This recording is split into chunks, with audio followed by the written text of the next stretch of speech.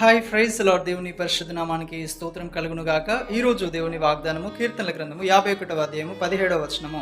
దేవా, విరిగి నలిగిన హృదయమును నీవు అలక్ష్యము చేయవు.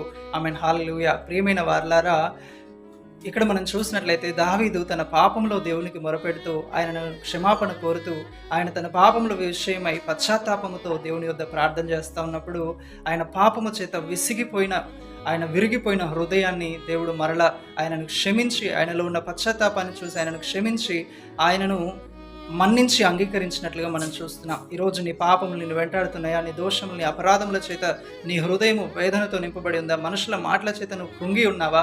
అయితే దేవుడు అంటున్నాడు ఏంటంటే, విరిగి నలిగిన హృదయమును నేను అలక్ష్యము చేయనని. ఈరోజు నీవు ఆయన యుద్ధకు వచ్చి పశ్చాత్తాప హృదయంతో నీవు దేవుణ్ణి వేడుకున్నట్లయితే, దేవుని యుద్ధకు వచ్చినట్లయితే ఆయన నిన్ను క్షమించి సంపూర్ణమైన బహుమానమును, సంతోషమును, సమాధానమును, గొప్ప క్షమాపణను నీలో కలుగజేసి పవిత్రమైన జీవితాన్ని నీకు దయచేవాడై ఉన్నాడు. ప్రభు ఇట్టి కృప మనందరికీ దయచేయును గాక. Amen. Praise the Lord. May God bless you all.